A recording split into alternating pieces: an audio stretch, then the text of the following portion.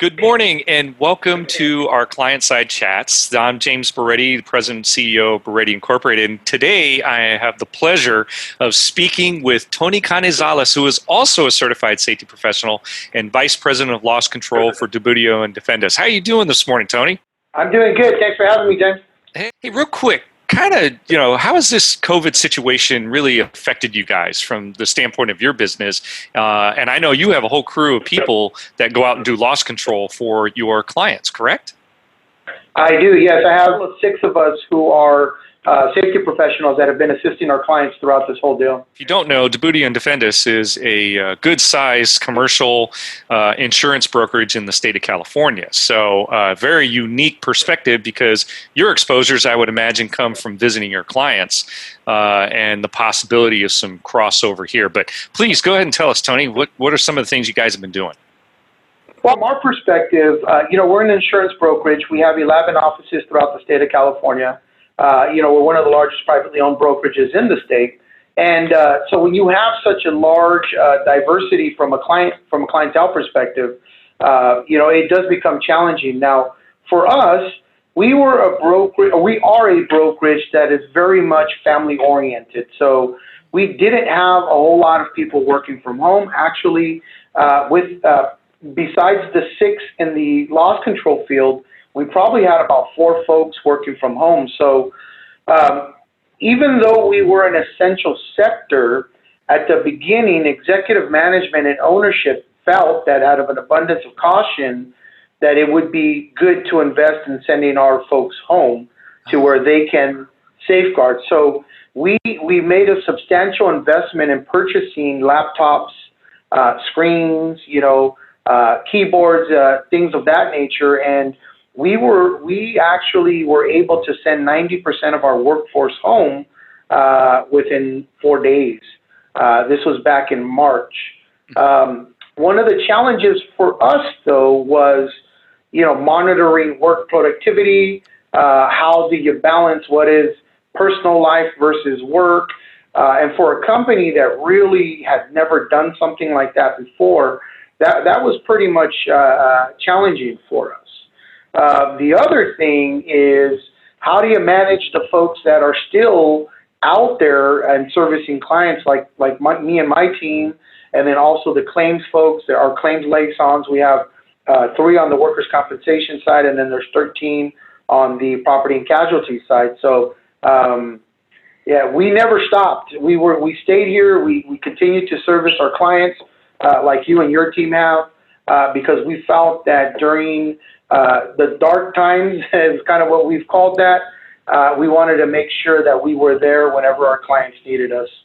That's an excellent thing. And I know you and I have talked offline. You guys did a lot of sanitation stations and also social distancing while all this was happening, providing people with masks that they needed. So, these are all good things. You're practicing what you preach, but interesting the mention about, the investment and also monitoring people's performance from working from home, because you're very right about the distractions.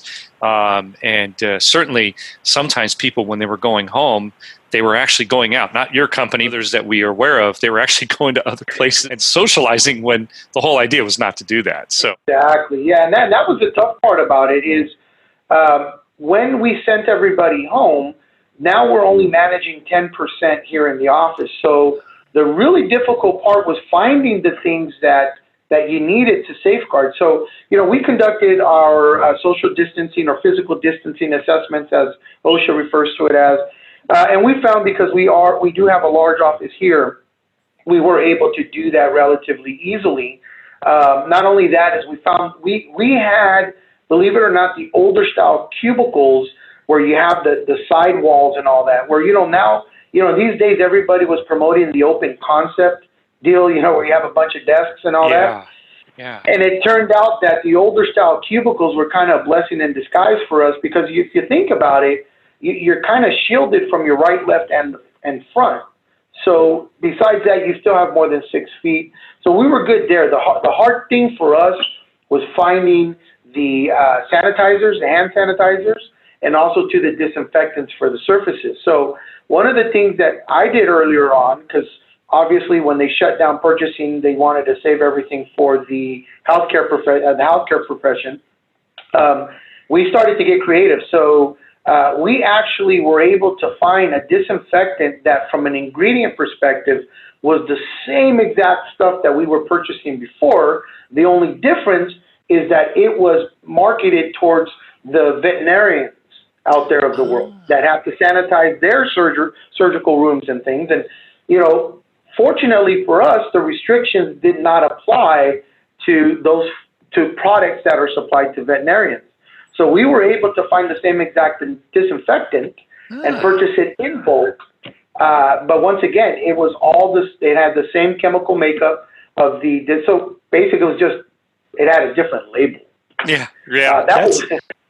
That's fast. That's a great thought and everything. Now, obviously, right now in the state of California, we're starting to see the stay-at-home orders ease. We're moving into different phases, of course, different directions too, with regard to the counties and how they're handling it.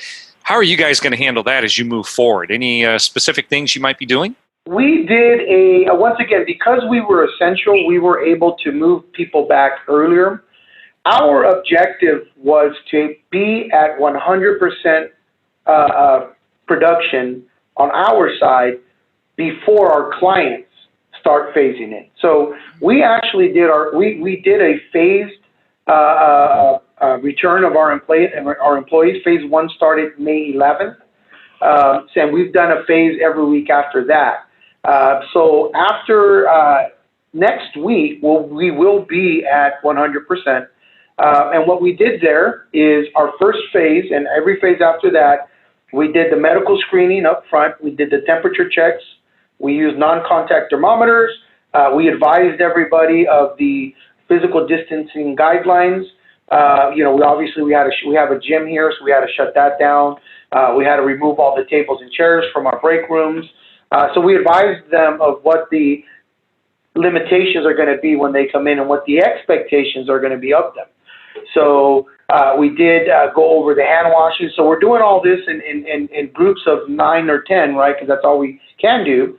And we did the COVID-19 prevention training prior to them even walking in and setting up their systems. So the other thing we had to do was we trained our employees on how to set their systems up, because that was the other challenge, is how can we safely have our IT department come in contact with equipment that is coming from a source that we have no clue of what type of protections and items were there. So it was a big exposure for our IT team. Gotcha. So we came up with a brief tutorial, a cheat sheet, and then we developed 1-800 numbers where they can call our IT folks, and our IT would remotely assist them with setting their systems back up. So that was literally day 1 for the employee coming back. Day 2 was a little easier. We were able to get, because obviously you can't find the N95s right now, we were able to find a very good double twill high cotton fiber count. I don't want to call it a respirator because it's not, it's a face covering, but it is the one with the material that tested the best out of all the other cloth face coverings. So we were able to find some of those, and we supplied everybody with those masks. But it has been a learning, there has been a tremendous learning curve for us, but we are basically in phase 3. Our final phase is 4, which happens next week, and I can honestly say we're masters already at it. We've kind of dealt with all the challenges and all the concerns, and we've told our employees, if you're worried about human contact, stay in your cubicle. Bring your lunch, eat your lunch at your cubicle. You know, if you want to take a break, we advise people to go outside, take a walk, things of that nature. So if you don't want to have any human contact here, we have it set up to where you can actually accomplish that. Awesome. Well, Tony, thank you very much for joining us this morning. Hey, if you're cool with it, we'll go ahead and check in with you a few months from now and see how things have progressed, how people have adapted, and any other challenges that you have. So, but thank you very much. Appreciate it. And thank you too. All right, we'll talk to you soon.